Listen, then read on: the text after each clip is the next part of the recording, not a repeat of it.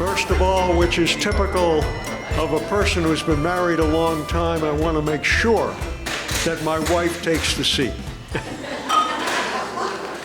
You know, may I say that for all of us, this has been a very difficult time.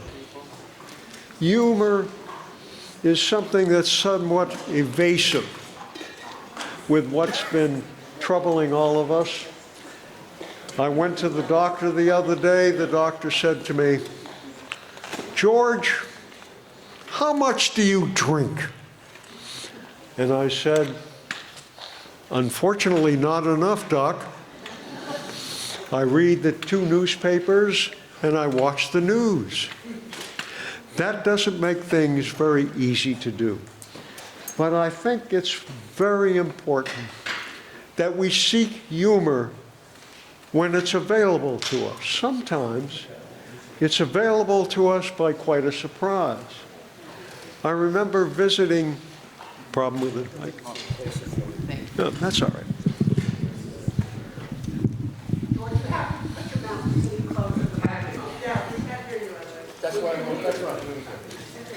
Well, that is not easy for me, madam. It's not easy because first I get very hesitant talking to this many people. And further, I'm in the witness protection program. So please keep my name to yourselves. But you gotta seek humor when it's available. And sometimes it's available in the strangest of places. I was visiting a friend last spring, and he said, "George, you know a lot about rhododendrons and azaleas." I said, "Yeah." He said, "You're a member of the society?" "Yeah, I was the president for a brief time." "Oh, that's amazing. Could you tell me the name of this rhododendron? We just can't remember." I said, "Well, let me look." So needless to say, I got on my hands and knees, looked it over, and looked at the buds and said, "Well, that's Catabiense album." "Wow, you really know your stuff." I said, "It really helps, John, when you leave the name tag on the plant." The other thing that I wanted to point out is that I have the honor tonight of introducing a dear friend of mine who will share, professor at the university. I don't think he's going to want to grant me my master's or the PhD. It doesn't make any sense to speak if no one hears you, my friend. Thank you, Reg. Yes. Thank you. So hopefully we can do that.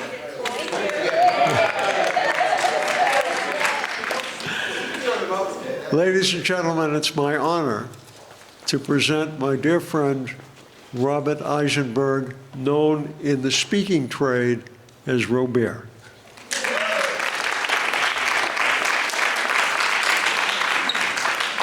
I'll stand. Good evening.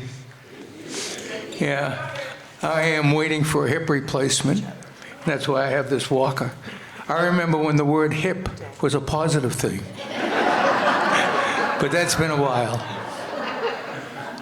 Anyway, my first story is called This Old House. Can everybody hear me fine? I was looking at the young man as my wife was handing him a pen to sign a check to make a deposit on this old house. He looked up at the house and he said, "You know, I went through it. It's a very old house, isn't it?" I said, "Yes, it goes back to the 1600s. He said, "By any chance, is it haunted?" I could not believe my wife, Esther. She looked at him and she said, "Yes, the house has quite a few ghosts.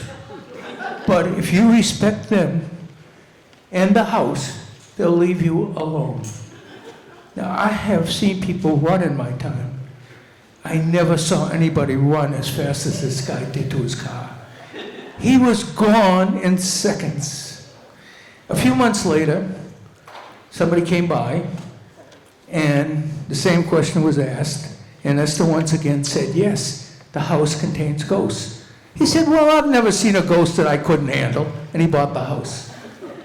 Now, how did all this come to be? Back in 1968, that's the year that Esther and I got married.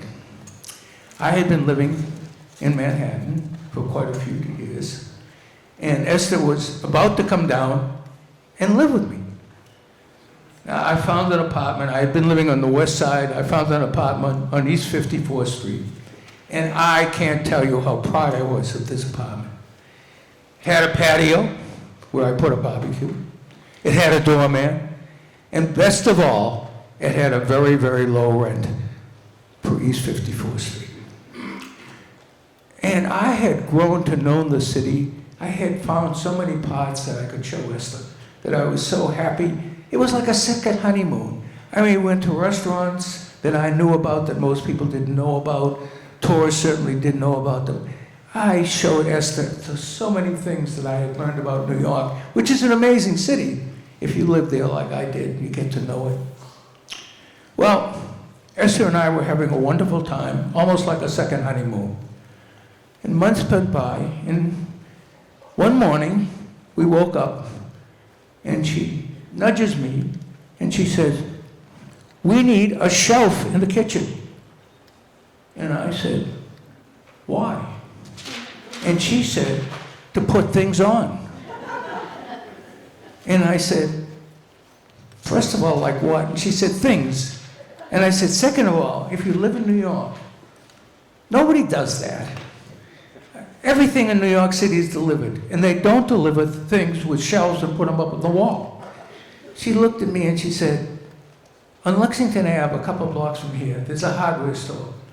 You go over to the hardware store and you tell them what you want, and they'll tell you exactly how you do it. 2 days later, there was a shelf in the kitchen. To Esther applauding.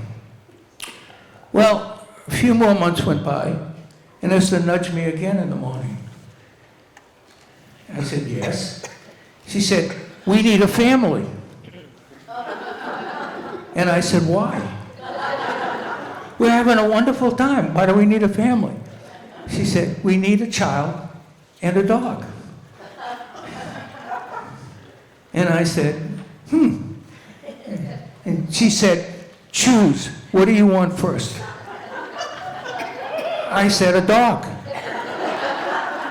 1 year later, we had a dog and a child. 3 or 4 months went by. She nudged me again in the morning, and she said, the apartment is too small. I said, do you want me to leave? She said, well, there are a lot of apartments in the city. We can find another one. I said, do you realize the rent we have here is so good, and all the other apartments in the city are astronomical. We can't afford them. So she said, well, why don't we try the burbs? I said, okay, we'll drive out to New Jersey. I said, I know a lot of diners out there. She said, why would we go to a diner? I said, because the diners in New Jersey have every food known to man. You name it, they have it. And it's good. The other reason is the way people speak there is the way our kids are going to speak when they grow up. I took her to a diner that I knew in Englewood, and the food was good. She was very pleased, and she said, let's try Long Island. We went to a diner in Long Island. She looked at me, same results. On the way back to our apartment, she said, why don't we go back to Massachusetts where we came from, where everybody speaks like us? And we can use your dad's place as a stopping off place. So we did. We went to Boston, my dad's place, and we got the Globe in the real estate section.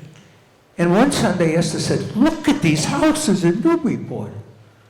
look at these fabulous prices and how beautiful the houses look. Why don't we go up there and see what we can find? So we went up to Newburyport. We drove on High Street, and it was exactly as it was shown in the paper. The houses were gorgeous, and the landscape was beautiful. And we were very excited. And so we got a real estate appointment for the next morning. And we met with a realtor, and we were impressed. Beautifully Natalie dressed. Shoes were perfectly shined. He had on a vest and a bow tie. And best of all, he had a New England accent. He asked us what we could spend, and we told him modestly what we could spend. So he took us one old house after another old house. And as we entered the houses, we could have had the houses say, "You look like such a lovely young couple. Please buy us." People are coming through with dirty shoes, and they're insensitive people. They say, "Look at these old houses. Who would want to live in these old houses?" And they hurt our feelings. Please buy us. And finally, Raymond was his name, took us to the oldest house in Newburyport.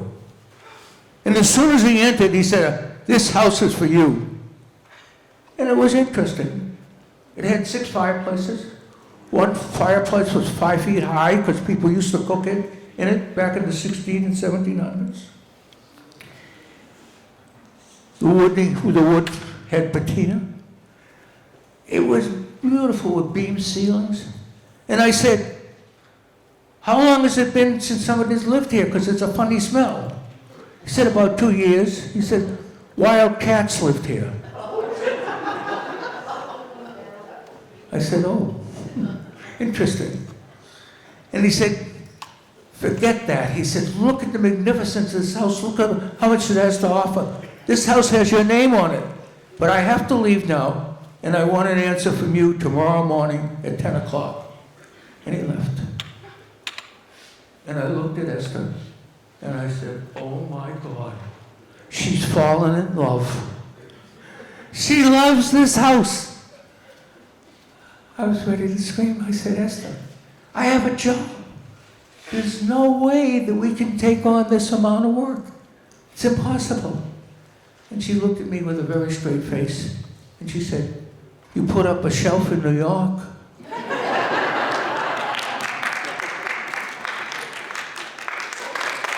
Thank you very much.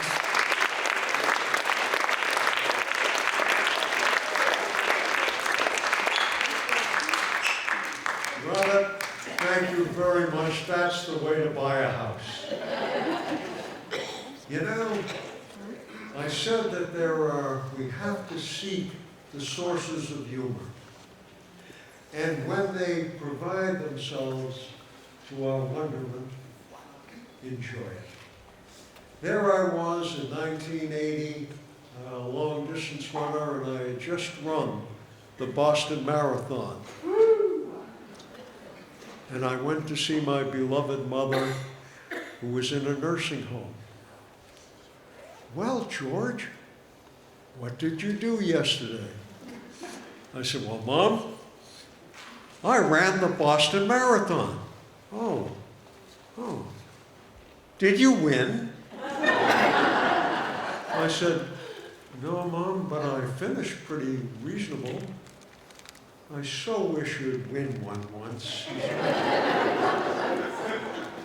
And that, unfortunately, is when mothers and shrubs present some humor.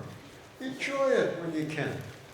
And it is my pleasure next to introduce Susan Ritter, maiden name Adams.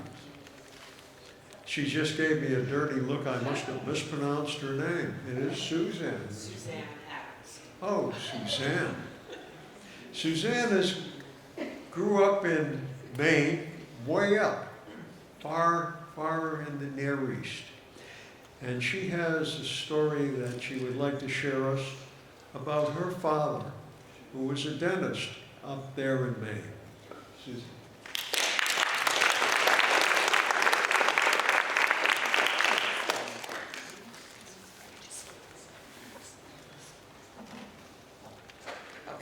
Can you hear me? Is this about right? Okay, is that better? Okay. So as George said, I grew up in a small town in Down East Maine, and my father was a dentist there. His office was right on Main Street, on the second floor of an old brick building, right above a store that had once been his father's dry goods store. It was at the front of the building. He liked to look out between patients and see everybody going up and down the street. And because it was a small town, probably a fourth or a third of my classmates were patients of his. Now that, of course, didn't win me too many friends because most people don't like going to the dentist in the first place. And my father had a bit of a reputation for being a little sparing with the Novocaine. He only used it for extractions, never for fillings. And his equipment was maybe getting a little outdated too. He'd opened his practice in 1951 and now it was the mid-70s. He had something he still used called the slow drill.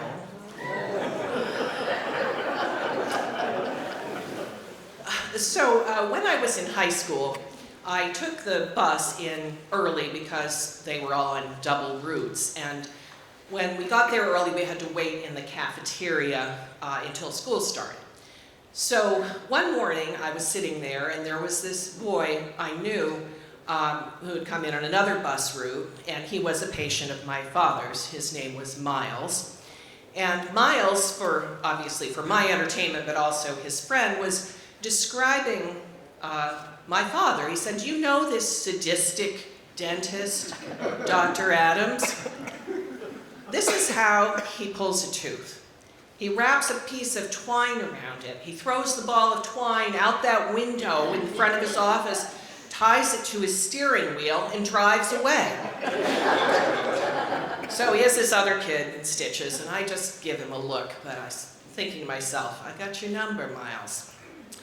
So, of course, at home, I reported this conversation to my father, who was very amused. And we both knew him to be, Miles to be kind of a cut-up, a class clown. And my father says, "Sadistic, huh? Let's see what we can come up with." So we lived on this old farm. It had been in our family for generations.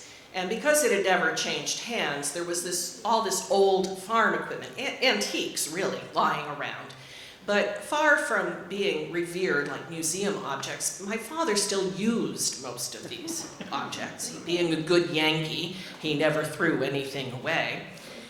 There was, for example, a large wooden hay rack that we still collected the hay in the mid-70s. We didn't have a baler. And this was hauled behind a tractor that was so old that you had to crank it to start it. There was a short-handled pitchfork that apparently had belonged to my great-great-uncle who was vertically challenged. And then among the more portable items was something called a wood hook.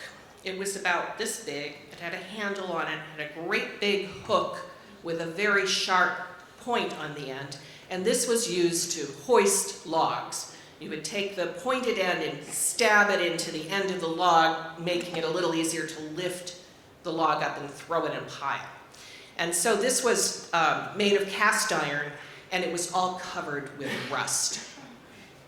So when Miles came in for his next appointment, my father came out to the waiting room himself instead of sending his assistant. Dressed in his dental whites, he brandished this wood hook and said, "Miles, I'm all ready for you."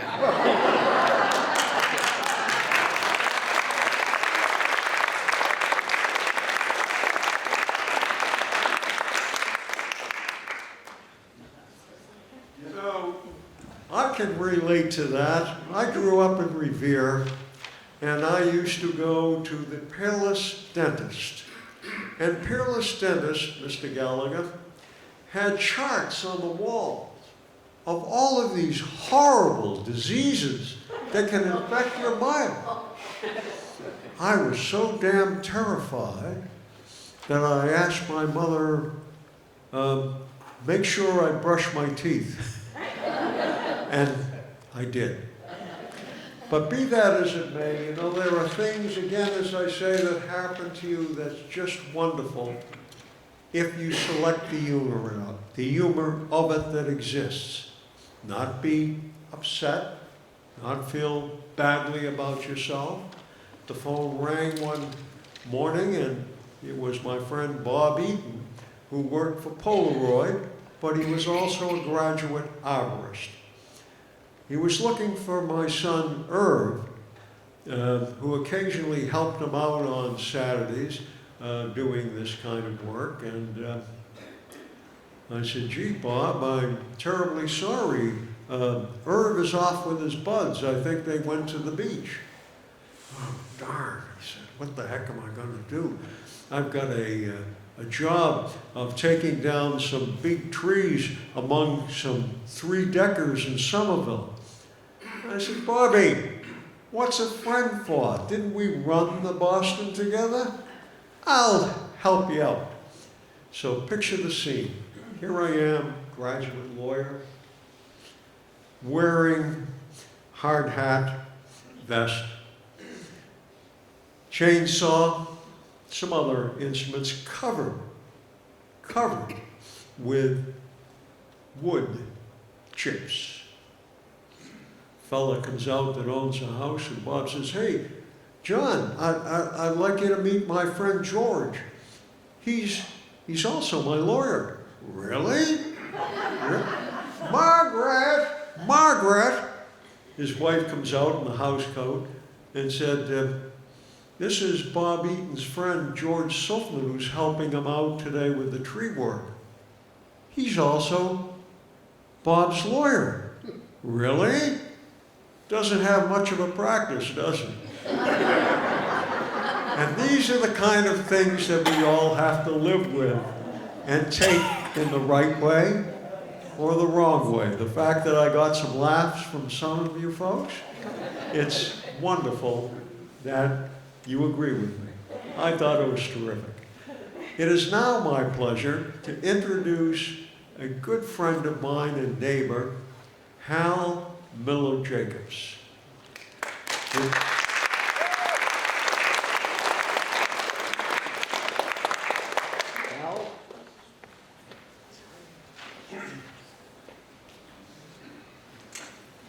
Thanks, George. We've all heard of artificial intelligence. Just curious, how many people here have tried ChatGPT? Wow, tremendous number of people. But one thing that ChatGPT is not good at, and we can play the game or whatnot, but I'll tell you what ChatGPT is not good at: humor. It is not good at humor because it depends upon the things that it did before, which are expected. Humor, on the other hand, depends on the unexpected. So, with that in mind, I'm going to tell two stories about matchmaking. And since we're at Temple Isaiah, these have a Jewish theme to them. Rabbi's walking down the street, and he sees Moish. Moish! How you doing, Moish? Moish says, oh, I'm okay, Rabbi. How are you? Very good. Moish, tell me, Moish, do you have a family? Moish says, no, Rabbi, I really don't have a family. Moish, do you want to have a family? Moish says, oh, I'd love to have a family. So? Well, Rabbi, you know, I've tried all of the dating services and J-Date and all of that stuff and whatnot, and nothing ever works. He says, how come, Moish? He says, well, you know, even if I find this magnificent woman, I bring her home, meet my family, and my mother says, oh, she doesn't have this, she's got too much that, not enough this, or whatnot, and just never works out. Rabbi says, my rabbinical training sometimes comes in very handy. Moish, let's try something. Your mother, who I know, is a very sociable woman. She has lots of friends. So what I want you to do, I want you to ask your mother to ask all her friends if they know anybody who might be a suitable match for you. Let's call it J.Mom. Let's call it that. Oh, okay, Rabbi, I'll try that. 6 months go by, Rabbi's walking down the street. Moish, how you doing, Moish? Okay, Rabbi. Moish, how are things going? Family, anything? And Moish says, no, Rabbi, I'm not doing too well. It's just the same as before. Moish, did you ever try that? What did we call it? Something that mom, what is it called? Yeah, Rabbi, I did try that. And what happened? Well, yeah, I really met a lot of lovely women that way, a lot of potential women, and it was really very good. And one in particular was really, really nice. We really hit it off extremely well. She was very, very good, and my mother liked her. She walked like my mother. She talked like my mother. She looked like my mother. In a strange kind of way, she cooked like my mother. Moish, sounds absolutely perfect. Sounds wonderful for you. No, it didn't work out. How come, Moish? How come? My father couldn't stand her.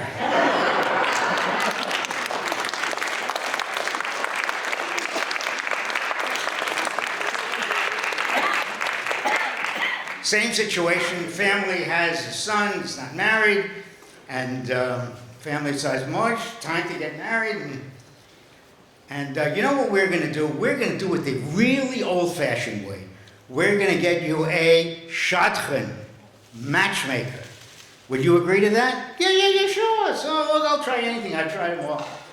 So they put up a specs and they hire a matchmaker, and the matchmaker calls them in 2 months and said, I have the perfect match for your son.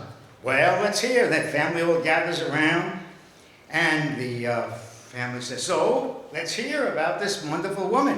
What does she look like? Oh, what she looks like. Oh, she has this long, slim figure, just perfectly proportioned. And the clothes, oh my goodness, the clothes, top to bottom, she always wears the perfect dress for the occasion, just absolutely perfect. Everybody thinks that she should be walking down the red carpet. She is just absolutely so perfect. Okay, very good.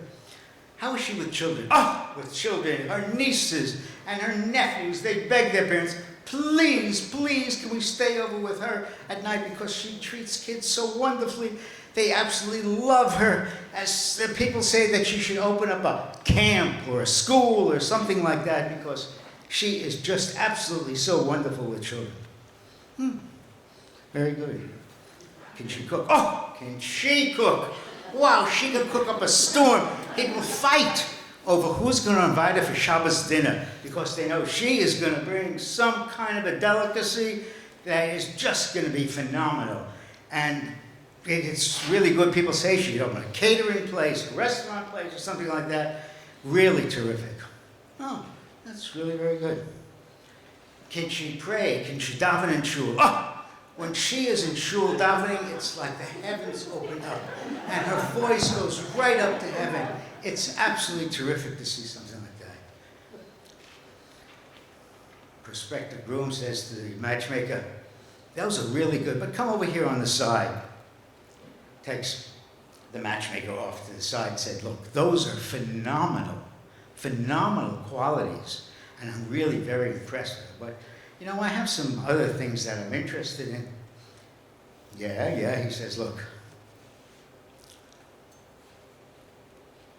Is she good in bed? Well, he says, some people say that she is, some people say she isn't.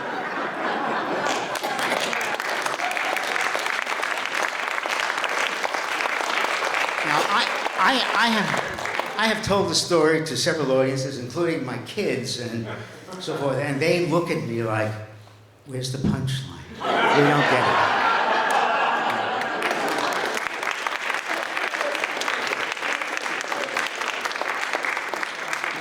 that immediately brings to mind the scene where Moses is coming down from the mountain surrounded by lightning and thunder, and he turns to the assembled senior members of the Israelite society.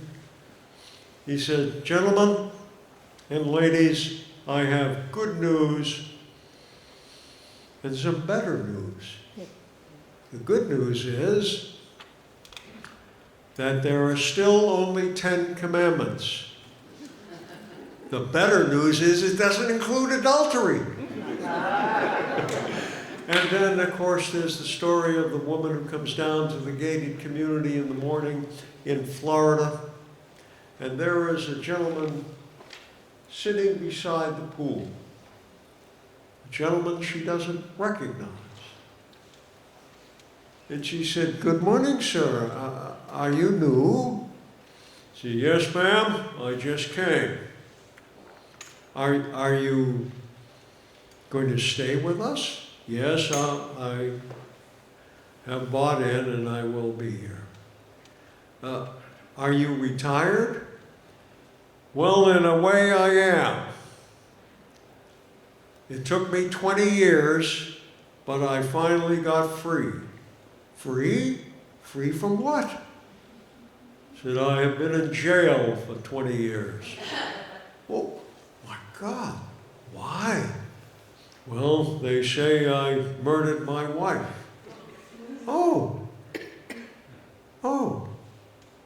So you were a single gentleman. It is now my pleasure to introduce Esther Eisenberg, Bob's wife, who is much funnier than Robert. And also nicer.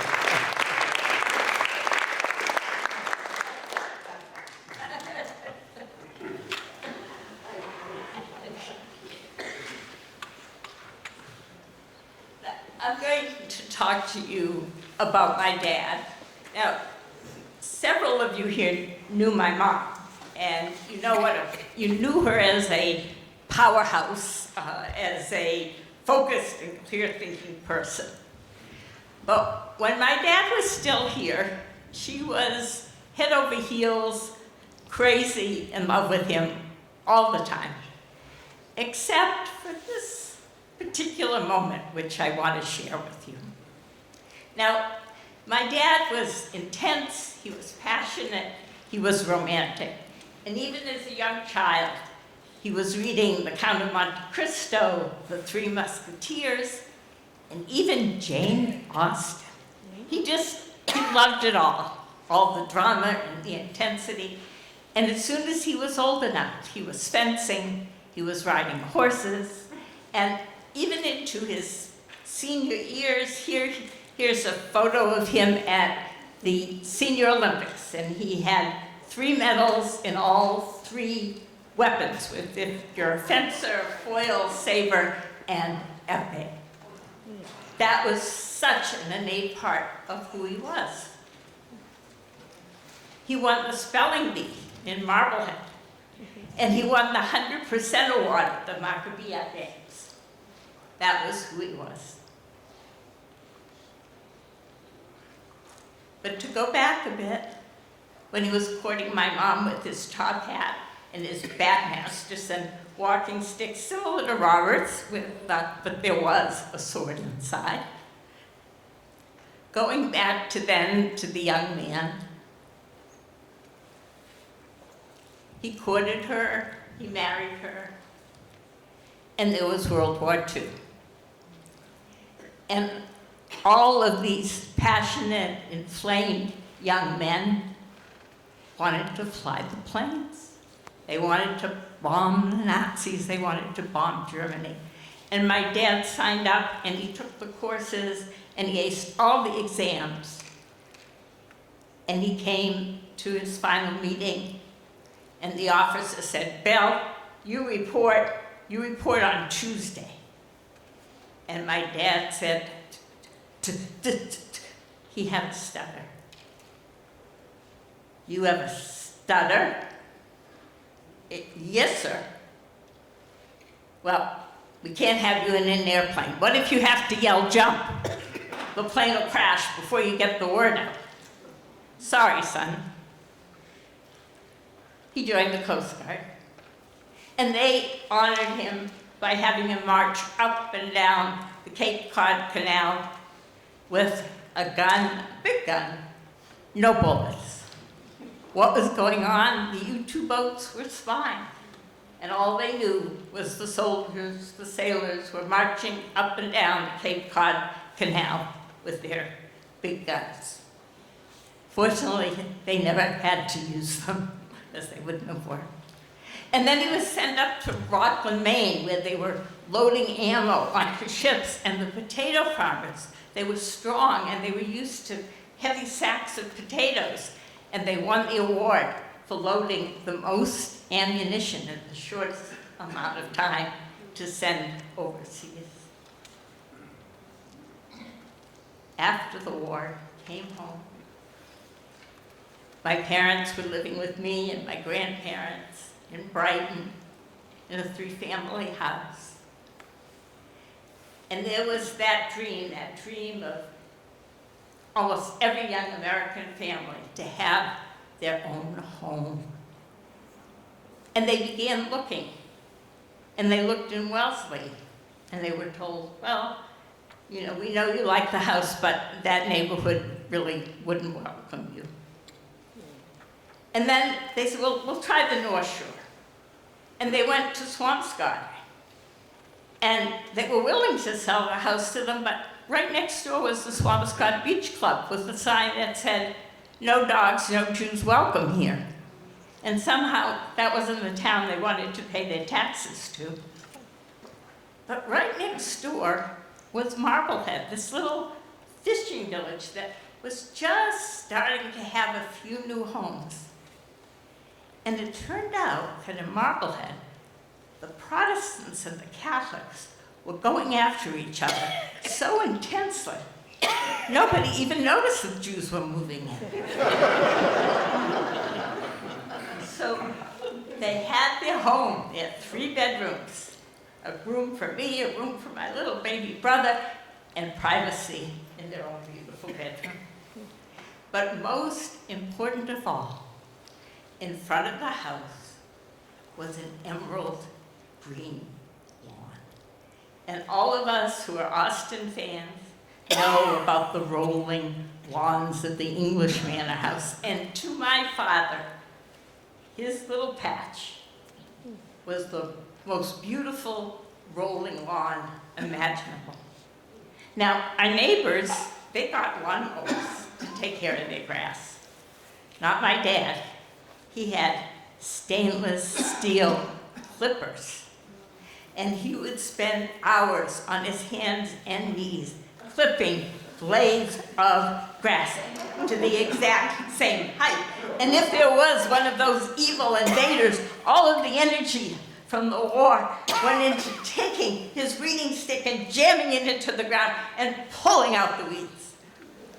This was a very special task, and he brought tremendous focus to it. Well, it came to the Sunday before the Monday that I was supposed to go to school in our new town for the first time. And it had been a bit of a wild summer, and my hair was unruly, and my bangs kept falling in my eyes, and it made my mother crazy. She had made an appointment to go in the afternoon to the new salon in town, special Sunday appointment. But my brother had asthma, and he wasn't breathing well, and she had to take him to the doctor. Aaron, she said, I have to take Morris to the doctor. I'm leaving Esther Ann with you. She has a 1 o'clock appointment. You have to take her. Sure, no problem. Don't worry about it. It's wonderful. You're taking care of Morris. I got it. So off my mom went. And my dad and I, we went out to the lawn, and we were sharing in his Sunday project. Clip, clip, clip, clip, clip. Dad, go over there. Okay. We were working so hard, coordinated together. I was sharing this moment with him in all of its beautiful intensity. But then he looked up at the sky with his sailor's eye. Oh, yes, it seemed that the sun had moved. And maybe it was after 1 o'clock and maybe we were in just a little bit of trouble. My dad looked at me, he said, "Go in the house." No, he said, you stay right here. And he took the clippers and he said, "We can handle this. We don't have to worry about this. I've got it." And he was my dad, and he could do anything. And he took the clippers, and he started to clip. Clip, clip. Oh, it wasn't quite even. Clip, clip, clip. Oh, maybe a little more here, just a little more. Clip, clip, clip. He said. "Now I think you better go in the house. And, you know, the sun is high, and your cheeks are getting very warm and pink. Go in the house and get your sailor hat." "Okay, Dad." Off I ran back to the house, got my hat, set it jauntily on my head. "Hey, Dad, I'm back. What can we do now?" He looked at me and he said, "Well, you know, there's a lot of sun and your cheeks are very pink." He said, "Let's take that brim and let's turn it down a little." "Yeah, that's good. That's wonderful. Now we don't have to worry about the sunshine." Well, there we were, and I was happy, and my dad was happy, and we were clipping away and weeding things out, and my mom came home, and she looked, and she said, "Esther Nan's wearing her hat." "Well, the sun is very strong," said my dad. "Well, oh, yeah, well, you got her to her appointment." "Well, no, actually, we didn't need to go. I took care of it." She looked at the hat, she looked at my dad, she looked at the clippers, she looked at my dad, she looked at my hat. You didn't do that." But I did go to school and I graduated Marblehead High School on time. And we all survived, even my dad.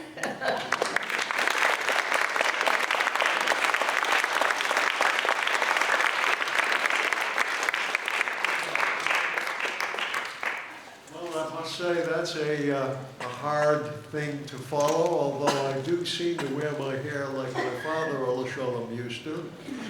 Be that as it may, I'd like to bring you down to a bar in Southie. Fellow sitting at the end of the bar, bartender there. Says, "Bartender," he says, "I'd like a Bushmill with a bit of a chaser. It's been awfully warm out today." About that time, the other fellow walks in and sitting down at the end of the bar, and he says to the bartender, he says, "Sean, I think I'd like a bit of the Bushmill myself." "What? Wait a minute. Did I hear a bit of the brogue from you?" "Yeah, you did. Indeed you did. Would you be from the old sod?" He says, "Indeed I am." He said, "Well, whereabouts?" He says, "Dublin." Dublin, this is amazing. I'm from Dublin." "Did you live in the east side or closer to the park?" He says, I live near the park." "Did you ever hear of Elm Street?" He says, "Indeed I did. I lived on Elm Street." Why, this is amazing. Bartender, "Sean, another couple of Bushmill for this gentleman. This is amazing." About that time, the door opens up, and this fella comes in. He said, "Sean," he said, "it's been tough down at the docks. I've been working and it must be 100 degrees. I really need a Bushmill with a chaser of a good stout." "Oh, okay, but I have to go down to the basement. get another bottle of Bushmill, the Finnegan twins are in again. And the other, I grew up in an area where I was the only Jewish kid in this particular neighborhood in 9 grades of school, but I was surrounded with wonderful Italian and wonderful Irish kids, and they were all terrific kids. We had our arguments, of course, but nothing ever came of it because we were too busy wanting to play baseball. And I remember I had to go down to Immaculate Conception and wait for my buds to come out because they were studying catechism class. And then we could play baseball. But be that as it may, it is now my honor to introduce Sandy Miller Jacobs.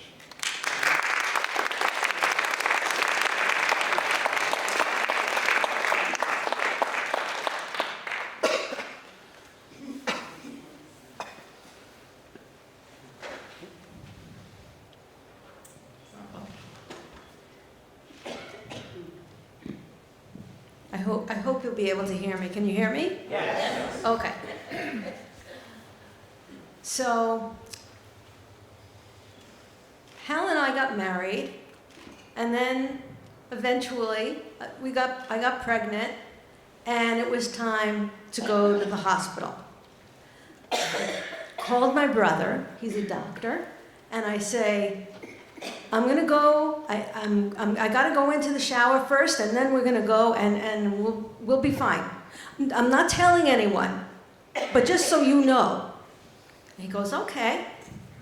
So we go into the hospital, and they are like, you know, the doctor says you really look like you're not gonna be able to push this baby out. I said, well, I think we should try a little bit. Try, but this baby's not moving, he says. I said, well, what do we do now? He says, well, you know, we'll try something, but I can't take you into the hospital part until everybody leaves. So we're just sort of gonna hang out here. And he's being very nice about it and tells me that actually it's his anniversary, but he's not gonna make it home tonight. And I said, well, I feel really bad for you, but I really do have to get this baby out. So he's okay. And the nurse walks in and says, there's a woman outside who said she's your mother. I said, yeah, you know, I don't know who it is. Maybe it's one of my friends, and they're just trying to come in and see where I am and what's happening. And she goes back out. She comes back in and says, no. She says she's your mother. I said, it's the middle of the night. My mother doesn't drive. I don't understand how she could possibly be here. Hal, go out and check it out. See who it is who's really trying to get into this room. He goes out, he comes back, and he says, yeah, your mother's out there. I don't quite know how she got there, but she's waiting. This is the first baby, her grandchild. She's waiting for you to deliver. I said, oh my goodness, I don't know how this could happen. We're just waiting around for a while. Finally, the doctor goes and takes me in. He has time to do this. Okay, we'll go in. He figures out how he's going to have this baby. He does the measurements and all of that. And sure enough, he says, okay, we're going to do it now. Great. Out pops the baby, and it's a girl. And they're cleaning the girl up, and Hal and I are very excited, and they've, put the baby on me, and this is like just what I really wanted to have happen. And then we wrap the baby up, they clean her up, they bring her in, they put her in a basket, they bring her into the room with me. I'm like, I can't even stand up, let alone have to be holding this baby. I feel really in pain. So they're taking care of me and watching me, and Hal goes out to see my mother. And so she says to him, can I go in? And he says, yes, the doctor said you could come in. It's not like there are a lot of people coming in to see this baby. So she comes in, the baby's all wrapped up, and, you know, the truth is that I have this issue about how I look. It's not, I mean, I know I'm not really tall, I'm getting smaller by the minute, but my fingers are very weird, and they grow up. You can see them, they're like at an angle. You can't just have them that way. I have to be very careful with these fingernails because they break very easily, and you know, and here I am with a baby, and it's like, you know, I gotta take care of these nails because I don't want to hurt the baby. So we got this all sort of put together, and my mother comes in, and my mother has these beautiful nails, and I always said, you know, my nails are awful. And now here I am in the middle of giving birth to a baby, and I'm complaining about my nails. They look so awful. How am I going to do this? I'm going to look terrible for this baby. My mother says, but you know, I've told you this several times. Whenever I see your fingers, it reminds me of my mother. And it's just so wonderful for me to see how nice your fingers are because they look really lovely, and they really remind me of your mother, of my mother. So you should be relaxed, more relaxed about this. I said, oh, okay. And you know, Mom, you can stay here because they're going to bring the baby in and put the baby, and let me hold the baby, and you know, we'll see how the baby looks. So the nurse comes in, gives me the baby, and of course I've checked the baby for 10 fingers, 10 toes, and I say to my mother, I've got it all under control. She has 10 fingers, she has 10 toes. Would you like to hold her? And she says to me, can I? And I said, well, yeah, Mom, it's your first granddaughter. And I take the baby and I hand it over across me and give it to my mother. And I said, she doesn't have my nails. And she says, thank God.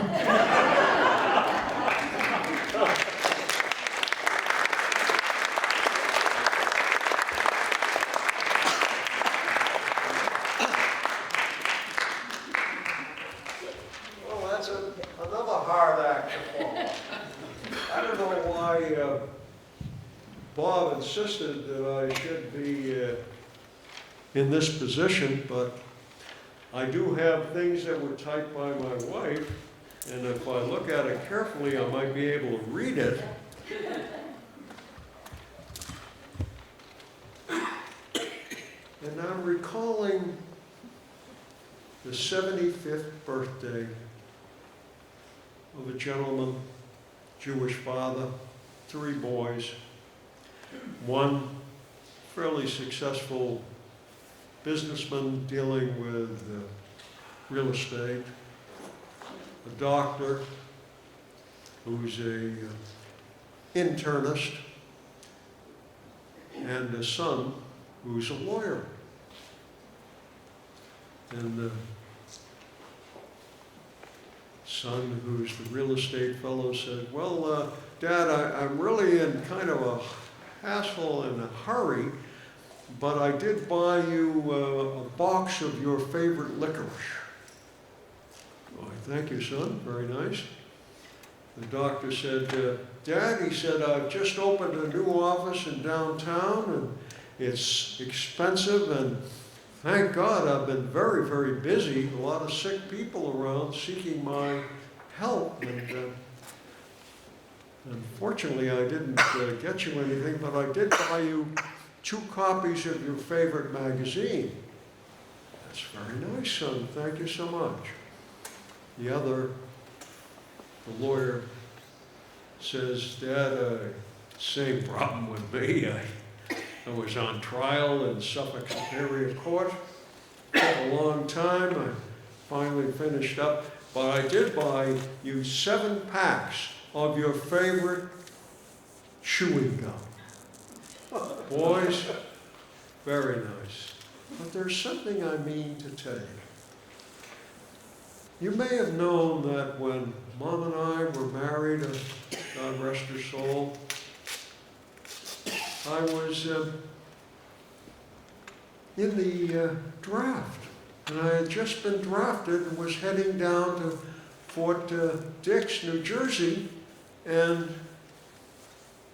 we didn't have time to get married.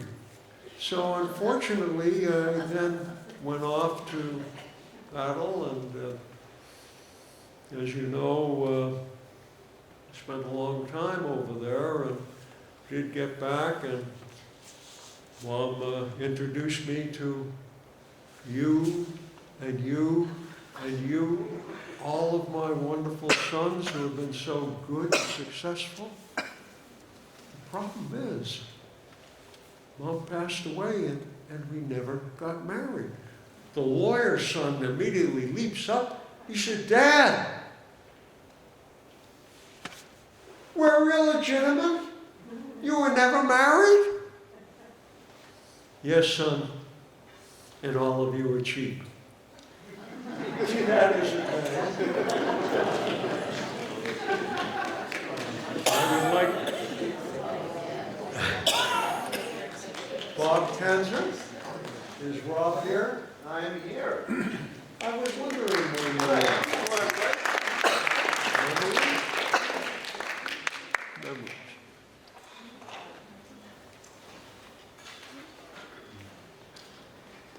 I'm a life and business coach, and I know Robert from a fantastic organization called Lexington Toastmasters. Have you heard of Lexington Toastmasters? Yay, yay. Well, there's a nice marriage between what Robert does for our community in creating a safe place for us to learn how to be public speakers, and my own personal life, because I speak to people for a living, and sometimes I can see them and sometimes I can't. Now, throughout my 42 years, with a background in counseling and mediation, and a background as being a wild dancer, I often, yes, it's true, a wild dancer, I am known to just make things up on the spot. That's the only way I really know how to present. But the problem is, even though I'm fantastic at supporting other people, I've been given awards as a good coach to help people build their confidence in front of the room, or even inside their families to reconcile, I myself am scared to death of what other people think of me. So I had this recent presentation. I don't know if you've heard of a company called Infosys, but they are gigantic. They're one of the largest companies in India. And unlike the ease of what we've got going, because I can see your eyes, you're nodding your head, right? It's easy to connect when you can see people. So they said, we heard some really good things about you. We'd like you to be a presenter and talk about our sales teams and how we can synergize. So they have 1,500 people who I've never met, and it's at my house. They said, we're not going to fly you to India. You're going to be in your room looking at the little blue dot on your computer, and you won't be able to see any of us. You'll just have to talk for 15 minutes in your own office to nobody. So my heart is like pounding, pounding, pounding, pounding, pounding. These are some of the premier people in the world, the cutting edge, the ChatGPT people are there. And I am thinking, time is going by, and I'm seeing the little emojis. I'm thinking, this is from 1,500 people. Now I'm really in my head. I'm really scared, like I am just a flop. So at the end of the program, I desperately get on and I type in, how did I do? How did I do? How did I do? And they did call me on the phone, and the person, knowing my weakness, being scared of what people might say about me, She said, well, to tell you the truth, you were pretty good, but, many of the people, they said, you kind of sound like an owl. And I said, who? I got very panicked, and suddenly they burst out laughing. They got the better of me. They got me good. I had these fantastic reviews. But again, my heart was pounding. I was very embarrassed because they revealed what we all go through. Even though I'm a professional in supporting other people, I myself am nervous about what people are going to think about me. So then I had a brilliant idea. Because hurt people hurt people. And I was very hurt. So I thought, I'm going to be very clever. Robert always wants my feedback. In fact, with Toastmasters, he was like, I want Rob Kanzer to be my speech evaluator. I want Rob Kanzer. I want Rob Kanzer. So he gave one of his presentations.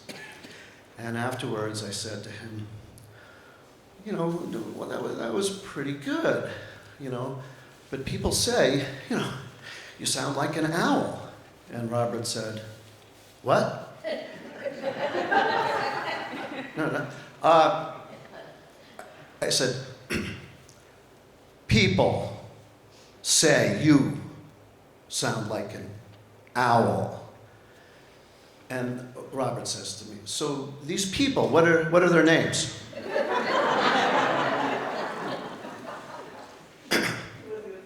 Robert, I have to tell you, this is a very serious business. People say you sound like an owl. And Robert rolls his eyes and he says, there's just no accounting for taste. I said, no, who? And then I was like, oh, did it again.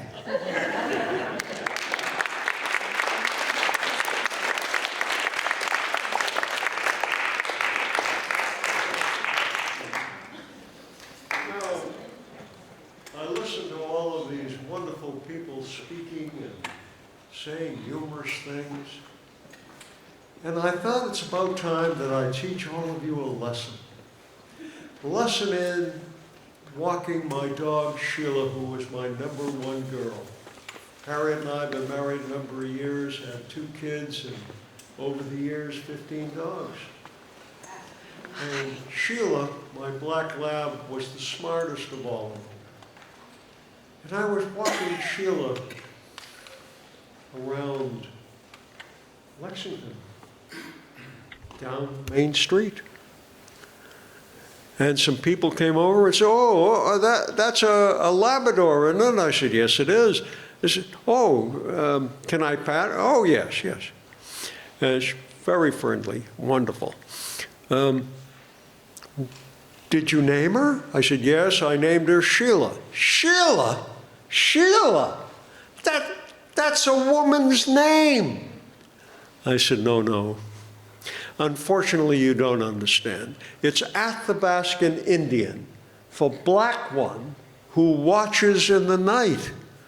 Oh, well, not really. But if you say something with authority, they think you mean it. And with that, I'm going to introduce Robert to come forth once again and fill you with some good humor.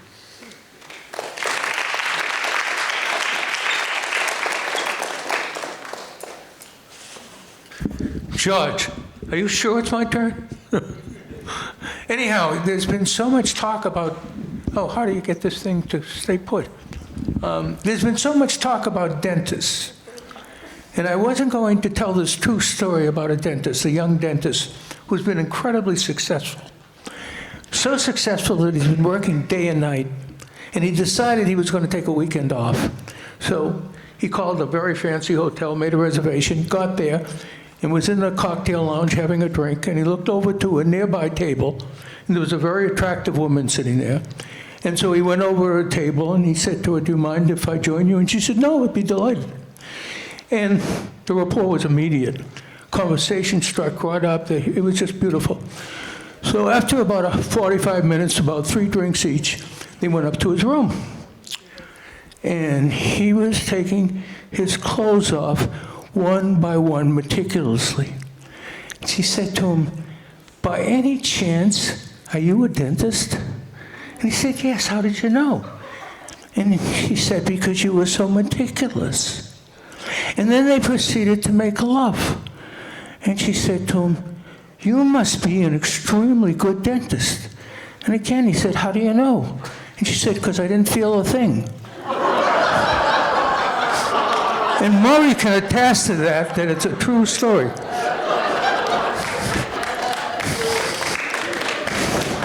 I knew the young man.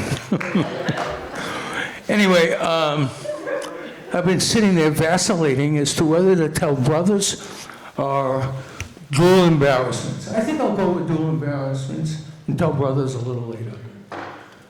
Dual embarrassments is another true story. I had to go to Costco to pick up different variety of things. And Esther called down, "Don't forget to get toilet paper for the house and for the office. And remember to get the soft kind." What does he think? I'm a hot ass?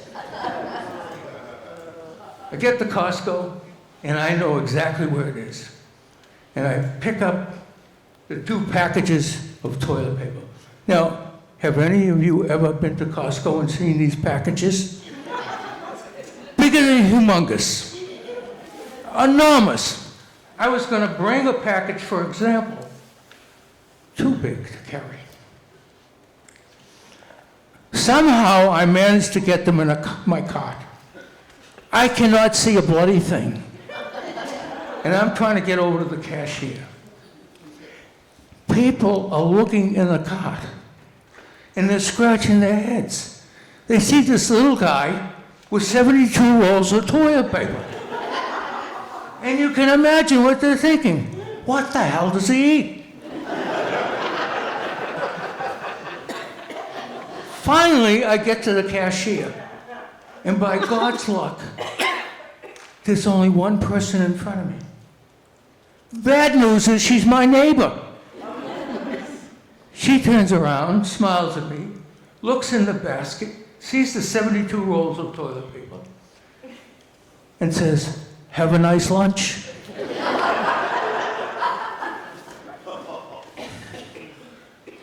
I was going to rush home because Esther and I were going to try to grab a few hours at the beach.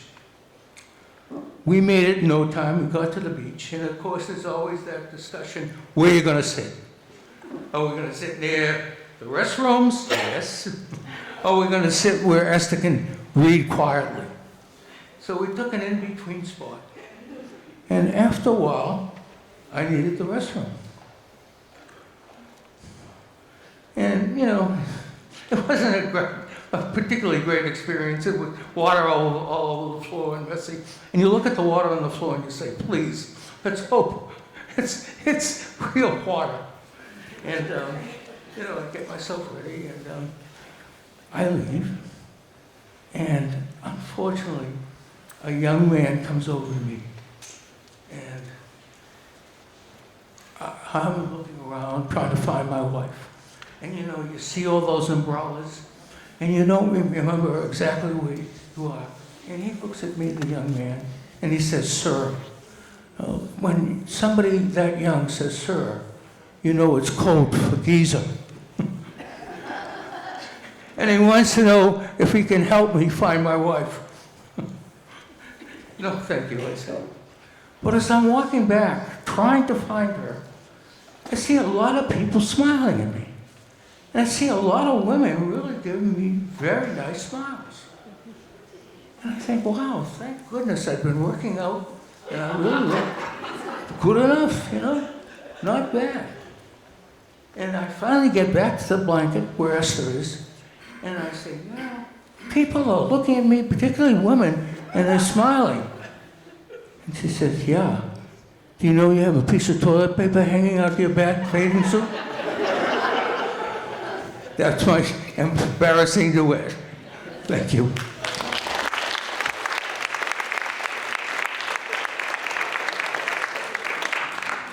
Well, I have to conclude we have our break so that we can eat cookies that ladies have made.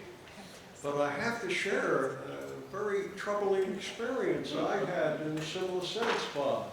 I was at the, Talking to the microphone. you really want to hear me? Amazing. I was at the 99 restaurant to meet a friend of mine for lunch. And as I was walking past the bar, there were two young women sitting at the bar sharing conversation, and one of them, very pretty young lady, looked up at me and winked and smiled at me. And I said, boy, that's pretty flattering. I'm going to tell my bud here. And then I heard her say as I turned my back, I smiled and winked at that gentleman. He looks just like my grandfather. And so with that, we all need a break. For about 20 minutes. Well, I was most pleased to hear that humor comes through. You all seem to enjoy that. Although many of you mentioned that you had heard some of my jokes before, but I can't explain it except the fact that I'm getting older and I don't remember. It is now my pleasure to reintroduce Esther Eisenberg. You see, even she forgets that I was going to call her.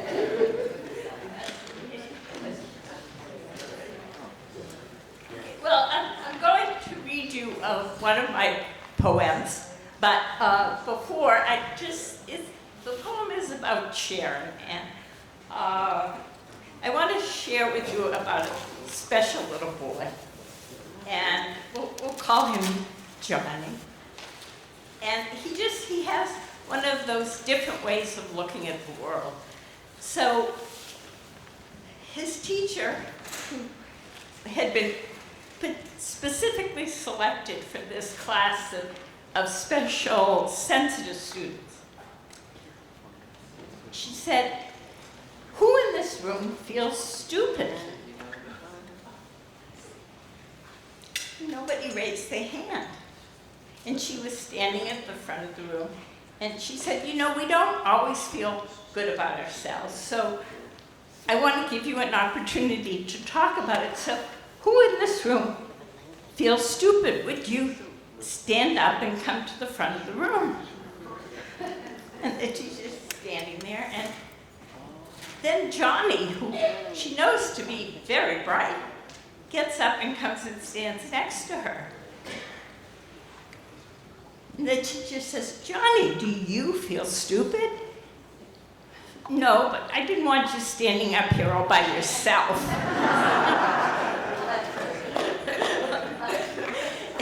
And later on, Johnny was at home with his mom, and he was watching her putting this very, very thick white cream all over her face. And, "Mom, why are you doing that?"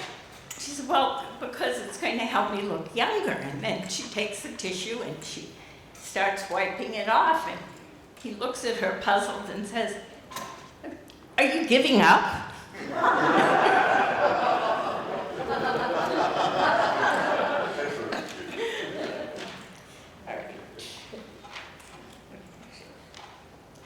I printed this large enough, so I think I can read it without my glasses.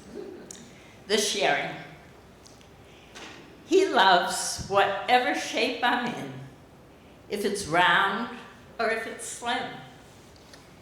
That is how he's always been, and he keeps me loving him. As long as he has something to squeeze, he insists that he is pleased. Sometimes a soft arm can charm. Around behind can be a find. Do you want a breast or thighs, purred Grace Kelly, gazing into Carrie's eyes? Although a soft breast can be the best, thighs warming and embracing meet any test. When his heart races, mine does too. One wonders, is that the glue? It binds us together in mutual pleasure, happy to measure and treasure the coming decades filled with pleasure. The productive working years left us often steeped in tears, yet there were moments enough full of the stuff of dreams. How can it end? It is so vibrant and true. Will it just fade away? Who has a clue?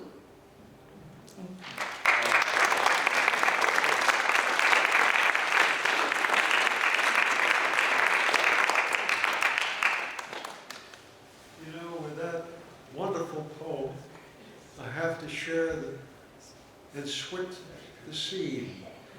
Picture, if you will, a hospital room where an Italian gentleman is suffering through what appears to be, at least to the care providers, final illness. His children are all assembled around his bed. One of them says, "Papa, you're very close to passing on. Where is the money?" The father says, the daughter pipes up, but Papa, if you go, we won't know where to find what we need to survive. Father, laying there, just goes like this. A few other discussions with the children gathered about come out similar to this, and the father only indicates this. Remarkably, within a few days, he seems to be resurrected. His health comes back. He's breathing wonderfully. He's not in pain. The mother immediately brings him home to where they lived next door to me in this house in Revere, Italian section. And the mother's making a beautiful meal, wonderful stuff. I can remember my mother being called by Sarah upstairs saying, "Send George up, I've got some leftovers." And I go running up.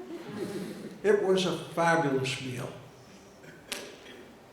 And the older son came up and said, "Dad, while you were sick and you were in the hospital and we thought we were going to lose you, we asked you repeatedly, 'Where is the money?' And all you did was this. What is that supposed to mean?" "I was too sick to do this." And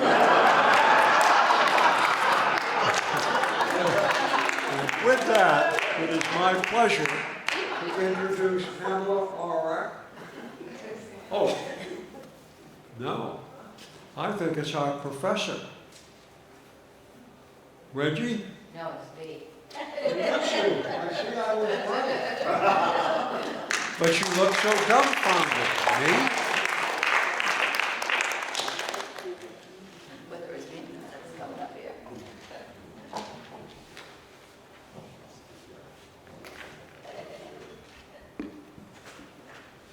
I wanted Bob to be out here to hear this, but he's before I start, I just want to tell you that I was in Florida on vacation for a week, and I brought a book with me, and the name of the book is Wham Bam by Robert Robier Eisenberg. And it's about Robert's exploits in New York City in the 1960s. And I have to tell you, there's a lot of wham-bamming going on in this book. So if you want to have some good laughs and find out what Robert was up to in the 1960s in New York City, I suggest you read Wham Bam. Bam. Wham Bam. And You can get this book on Amazon. I hope the check's in the mail, Bob, for doing this. Can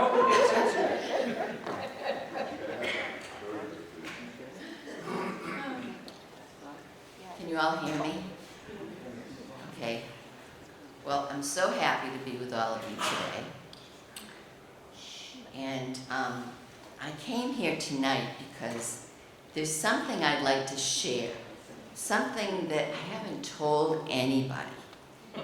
It's kind of embarrassing, but I feel that if I tell you this story, it'll be like a cathartic experience for me. I've been keeping this to myself for years, and I have to tell you that my husband and I have been sharing our bedroom with an entity. Did you get that? An entity. And I've named this entity the pile, which, by the way, lives on my husband's side of the bed. And you may ask, so what's in this pile, which is really getting bigger and bigger?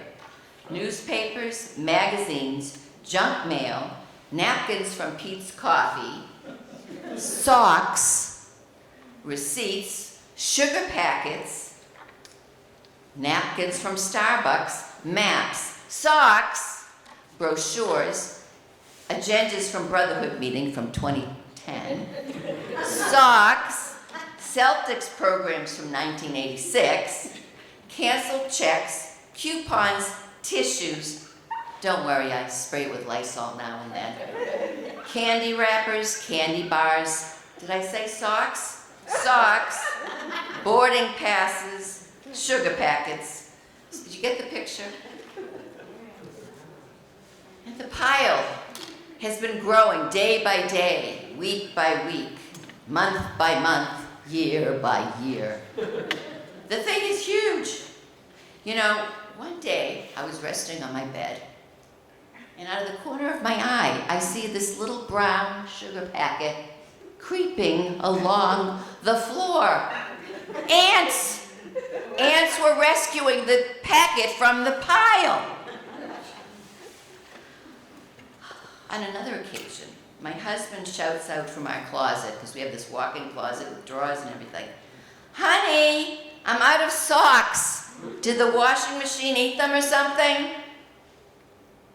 No, but maybe the pile did. So you're probably asking me, why don't you just clean up this big pile of mess? Well, I've asked my dear husband if I could even assist him in cleaning up this pile, which, by the way, has grown so much in stature that it's covering the whole nightstand and on one side of the bed, and I've had to add 2 extension cords onto the lamp that's teetering on top of this pile. So anyway, when I asked him, "Can I help you clean it up?" he said, "Please don't touch anything or I won't be able to find it later." And I said, I do spray it occasionally, Lexi. This is how I do it.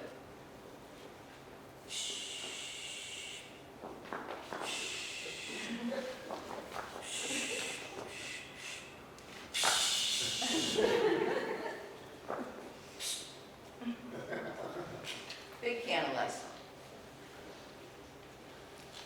But you know what? One day, I very stealthily slid out a Bed Bath & Beyond coupon. And then I made an online purchase.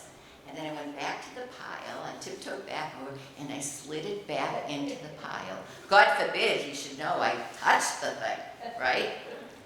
So anyway, the pile's growing and growing. And I was about to get a 3rd extension cord on for the lamp. And then I had a brilliant idea. I said, I called the electrician, Alex Papalopoulos. He's a very good electrician, by the way. And so I said, "Alex, come up to my bedroom. So he came up to the bedroom and he looked like this. And very slightly he shook his head. He didn't want to shame me. He thought I didn't see him. I was shamed. And then he shouts out, "I need a ladder." So he ran downstairs to his truck and he brought up a ladder and he climbed up on the ladder and very carefully he handed me down the lamp. And then he proceeded to put in a recessed light with a spotlight. A spotlight on the pile. Now recently, before we went to sleep, I hugged and kissed my husband and I passionately told him, "I love you, I love you, I love you." And he said, "What is this all about?" Confused. "Well, just in case the pile has an avalanche and we don't make it, I want you to know." Well, after my husband heard this from me and knew how upset I was, he started disassembling this pile. And it was getting lower and lower and lower, and I was so happy. It finally disappeared, and I said, finally, I can cancel my appointment with the therapist for my anxiety. But just the other day, I was walking by the guest room. The pile gave birth.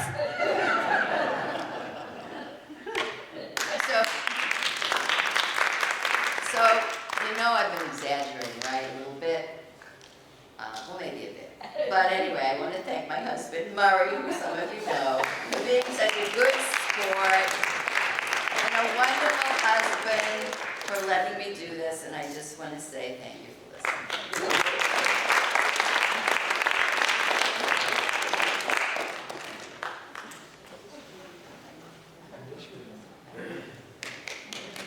It may also interest you to know that my dear friend Murray Orak is a dentist, but he's now in quiet mode. He's retired. But that recalls to me that I too now have retired. I finally decided to close, my partner and I, to close my office when I was 70-something. A right old age. But I'm not about to tell you how old I was at that time, because then you'll start doing some calculations and realize why you're missing so much of my humor. Be that as it may, I spent a good deal of time as a domestic relations lawyer. And my office was not very far from Leahy Clinic in my last 30-odd years, and right across the street, as a matter of fact. And my secretary came in one day and said, "There's an older couple outside that would like to meet with you." And then she looked back, leaned forward and said, "They want a divorce." I said, "Well, send them in." Now, let me tell you, this was an older couple. I said, "Sir, madam, how long have you been married?" They said, "Much older and much longer than you were old." I said, "Many years. But we want to get a divorce." And we agreed to it, we want a divorce. Well, we married an awful long time. "Madam, may I ask that you step out into the waiting room and let me speak to your husband?" I said, "Sir, how long have you been married?" He said, 70 years. 70 years? Well, can't we mediate and talk about it and see if we can put things back together? I said, "Listen, you don't understand. My wife, anything I do, anything I try, she disagrees with. And if I slave to make something nice She doesn't like it.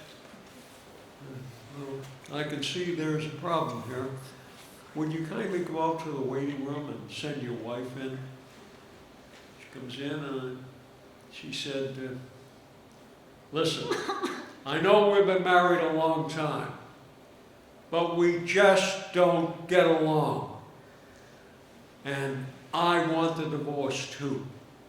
I said, well, ask your husband to come in. I said, listen, I've been a divorce lawyer for 40 years. And I find it remarkable that you folks have waited so long and are so unhappy over the years with each other that you want me to handle an uncontested divorce. If that's what you want, I will certainly assist you in doing it. But why? Why did you wait so long? Oh, we were waiting for the kids to pass along.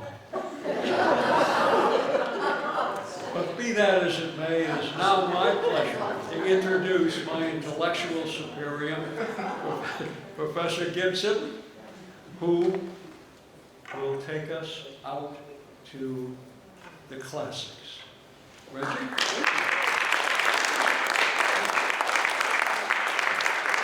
Thank you, George. Let me lift this up. Everyone, you can hear me okay? My mother was cheap. I mean, real cheap. If it was up to her, we would have used both sides of the toilet paper. But what she had was a good eye for bargains, and she would go to AmVets and places to get bargain anything. And she came home one day with a box of books, and it was marked $7 for this box of books on the side of it. And I knew my mother did not pay $7 for that box of books. She probably talked the guy down to 3 or 4 or whatever. But inside that box of books was a world waiting for me. I found what became my holy book, which was the complete works of William Shakespeare. And as time grew on, I became a horny 13-year-old. And I had found out that I was a flaming heterosexual. And that I was in love with that slice of the universe known as girl. The problem is that girl was a language my tongue would not translate and could not speak. So, being a horny 13-year-old who could not speak the language of girl, there's one play that you know I know. Which one is that? Romeo and Juliet. So I got that book out, I started reading it, and I was like, oh, this is great, you know? But it really didn't hit for me until I saw a version of Romeo and Juliet on television by Franco Zeffirelli in 1968. And that's when Shakespeare's words took on meaning for me in ways that they had not before. As I grew older and became a teacher, I found out about something called the Juliet letters, which is you can write a letter, a missive, an epistolary to Juliet and send it off to the Polizzi di Capulet, and someone will send you a letter back. So every year I have my students write letters. And this is the first letter that I wrote to Juliet. It's entitled, Dear Juliet. I spent a lot of time naming it.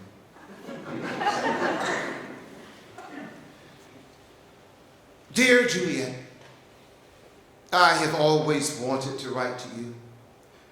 I have started this letter several times and I've always stopped. I guess I grew insecure as to what a 21st century African American man would have in common with a 15th century Italian girl. Especially given that at the time you are in, African Americans hadn't yet been invented. I suppose it also would have been difficult to get a letter to you knowing how your kinsmen feel about, well, conversations between you and men of which they do not approve. And I am sure that by now your daddy has talked to your peeps in Venice about Brabantio and that whole Othello Desdemona thing. Tragic bit of business, that. I guess I just want to ask you some questions, Julie. One of them being, what was Romeo really like? I mean, really. Yeah, the story is well known. He comes to a party at your crib, and all your cousins like Tybalt start putting the heavy hating on him. But Romeo remains cool as penguin poop. That is, until he sees you on the dance floor gyrating your hips to pan, flute, and fiddle. Then he steps to you like some medieval playboy, and next thing you know, you dump your fiance, leave your family, and a whole house filled with bling just to run off with a dude you don't even know and end up licking poison off his lips. Did he make you swoon and muse to yourself? How doth one wearing such tights and funny shoes manage to have so much swagger? Have you seen any of the films? Yeah. Well, don't go see that DiCaprio one. I mean, you know, it's like Hollywood, big budget, cool and all that. However, it's a bit overwrought for my taste. But that Zeffirelli flick with Olivia Hussey playing you, ooh, baby, that joint is epic. Now, hey, I know that because of some weird time thing that, you know, I am at the age where I could be both your daddy and one of your descendants. So I ain't trying to perv you out or nothing, but yo, I gotta ask, were you that cute in real life? I mean, I know that during your time, you probably weren't too big on bathing, or hygiene, or teeth, but I bet you had to have some kind of pre-Renaissance hotness happening. But yeah, back to Romeo. Was there something in how he profaned the holy shrine of your hand? How he could not force his eyes to leave yours even when he gave you his lips' sin and then asked for it back? Or how his kiss was authored by some ancient book that, if it is to open, will only open inside of a young girl once. Sorry to talk so much about it, but ever since I was a boy, I have always wanted to be that kind of man. Now, even though I have been married over 20 years and things are starting to get serious, and so far, things seem to be working out a little bit better for me and my wife than they did for you and Romeo, I would still like to know, what made the two of you love each other so? What budded and blossomed inside of you that made the both of you so alive that you would follow one another into death? Well, enough for now, Jules. I'll write when I can. I don't suppose you text or tweet, do you? Holler back at a brother when you get a minute, all right, girl? Sincerely, a man who still finds just a little bit of the girl you are in every woman. Thank you.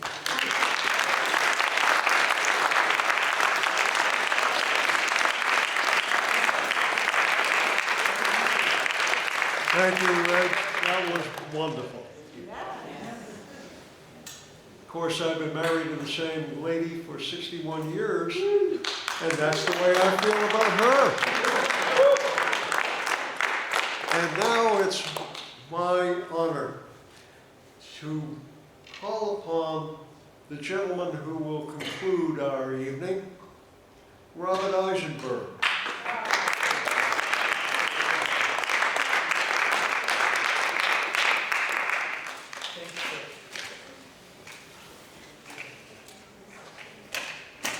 I didn't think you were taller than me until now. You know, I'm sitting there and I'm trying to think of a million jokes I used to know. And so I'll throw one out now, because it's really a true story. Two guys in Brooklyn loved baseball. They just talked about it endlessly, you know, the Dodgers when they were there, and loved baseball. It was incredible. And, you know, it was almost like, you know, beyond anything else in their lives. And one of them died.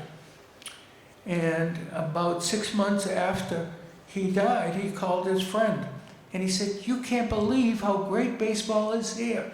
We play morning, noon, and night, and because we're in heaven, it doesn't matter. We're here playing all the time. That's the good news. The bad news is you're pitching Sunday. Now,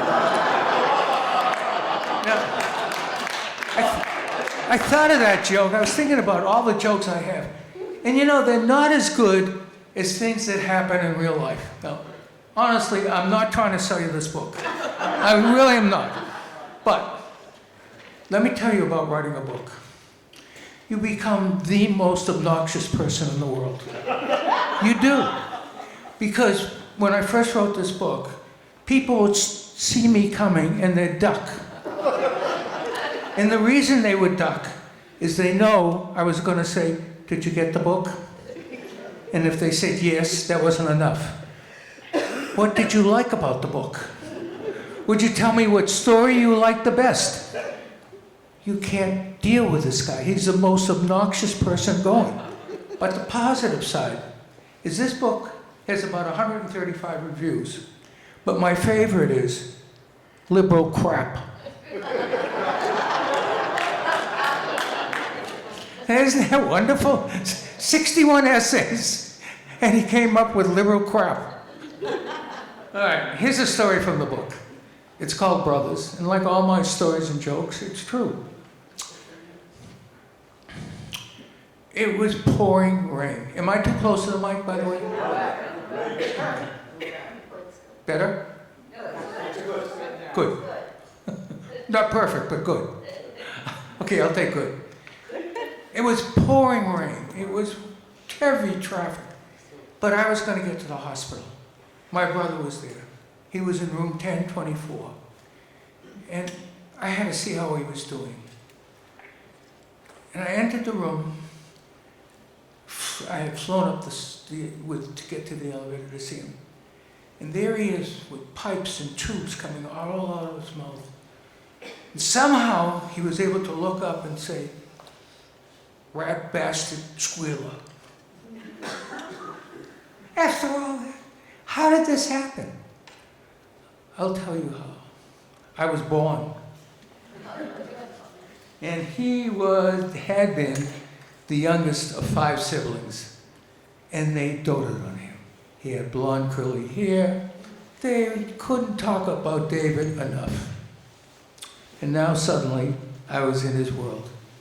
And he hated everything about me. He even claimed that his dog, Patsy, died the day I was born. Things did not improve. I would have done anything for my big brother David. I would have given him the food off my plate. I would lie for him. Anything I could do for David. Wasn't reciprocated. He continued to hate everything about me. Well, we grew older, fortunately. And we lived in Dorchester. And we had quite a lawn, not like her father's. It had crabgrass. And one Sunday day, mowing, that was before there were gas or electric mowers, so I got a hand mower. And David was 16 at this point, and he had just bought a rattle-trap car. He pulled up in front of the house, and he opened the window, and he said, I'm going to the beach. Would you like to come? Oh my God. I dropped the mower, I ran to the car. He said, just checking, and he drove off. My mother heard us yelling, me saying, how could you do that? I said to my mom, he started it. Well, our next encounter was when I was older. I got a job after school at night, and I'd come home quite late. And I'd put the radio on at full blast. And I'd turn to David, who he slept in the same room. Neither one of us would leave the room. And he was sleeping when I came in, and when I put the radio on, he woke up, and I said, did I wake you? Did I? Did you wake me? Damn right you did. Just checking, I said.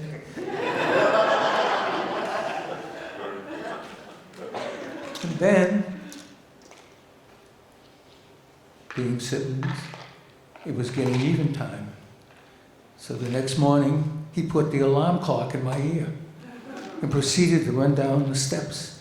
And I followed him step for step, and he got in front of the refrigerator with his back to it.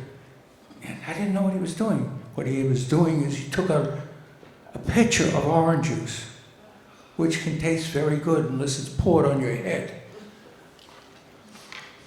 My mom came, "What's all the noise about? What's all the noise about?" "Mom, he started it." Our final encounter was the day of his wedding. It had poured the night before. That didn't stop us. And I was going to be best man at his wedding, and we were dressed appropriately. And we were out on the lawn fighting in the mud, and my poor mom came out, and she said, "Why are you doing this? You're killing me." And I looked at my mom and I said, "He started it."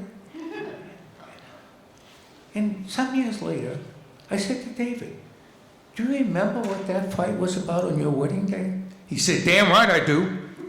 I said, "What?" He said, "You were telling me not to marry that woman." And I said, "Yeah, you're right." And the reason I told him that was I had really good reason. I had just gotten out of the army, and David wanted to introduce me to the woman he was going to marry that was now his fiancée. And what he wanted to do was take the three of us down to New York to get a sandwich at the Carnegie Deli. Whoa. Well, we did. The three of us drove down to New York.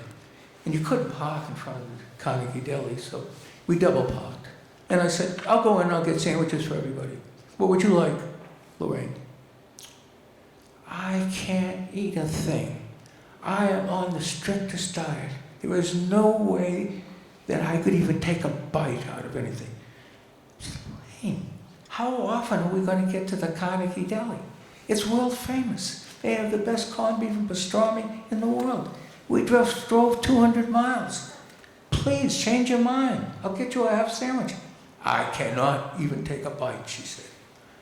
Okay, I went in, got sandwiches for David and myself. And I had to hand this David sandwich to her. She promptly unwrapped it and took a humongous bite out of this sandwich. I said to David, "You can't marry this woman. How can you marry a woman who took a bite out of the Carnegie pastrami sandwich that we drove 200 miles for?" Well, that was what the fight was about. Some years later, David and she divorced. And I did not say to David, "I told you." I held back. Well, David was then going out with one person, he was going out with another person. He had quite a few dates. And as life happens, I went to one of Esther's reunions. I didn't know anybody. I was walking around looking for somebody to talk to. And I saw this woman leaning against the wall, and she was very attractive, way about her, lovely smile. Everything about her I found, very interesting. So I went over to talk to her, and I said, "Where's your husband?" And she said, "We're getting divorced in 3 days." So I said, "Would you go out?" And she said, "With you?" And I said, "No," I said, "with my brother." And she said, "Is he like you?" This was my first lie. I said, "We're exactly alike." I got home. I called David. I said, "I met somebody I think you're really going to like. I think everything about her, she's a very attractive person in every way." First question David said is, "How tall is she?" She was at least 3 inches taller than David. I lied. I said, "Same height." They've been together for 35 years, and they still haven't forgiven me for lying. But what happened? Why is David in the hospital? And why did he call me those names? I got to the hospital, and as I said, David was lying there, and he said those things to me. And the reason that David was in the hospital was I had called him 4 days before. And when I heard his voice, I knew he was very sick. So I said, "David, when are you going to the hospital? When are you going to see a doctor?" And he said, shut up and leave me alone. Don't interrupt or interfere with my life. I said, David, you sound sick. You really need to see a doctor. Well, don't bother me with doctors. I have an appointment next Tuesday with my doctor. I hung up the phone and I called the doctor that he had an appointment with, and I got the nurse. And I said, David has to see the doctor today. She said, he's totally booked. Cannot see the doctor today. I said, you don't understand. Please tell the doctor David has to see him.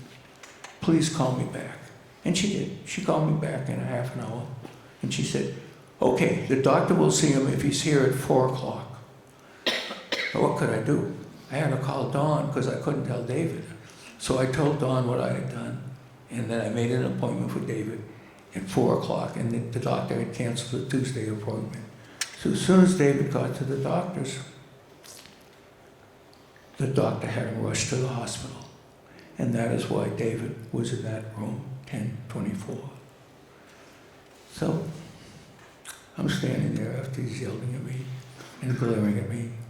And then his glare turned to Dawn.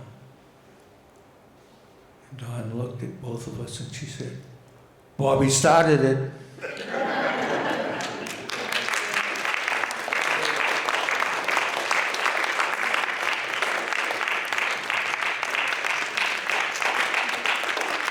Ladies and gentlemen, that curtails and brings us to the end of the evening. I thank you all for coming. Hope that you derived the humor that I really wanted to see indoctrinated in you, because God knows we need it. I love you all. Take care.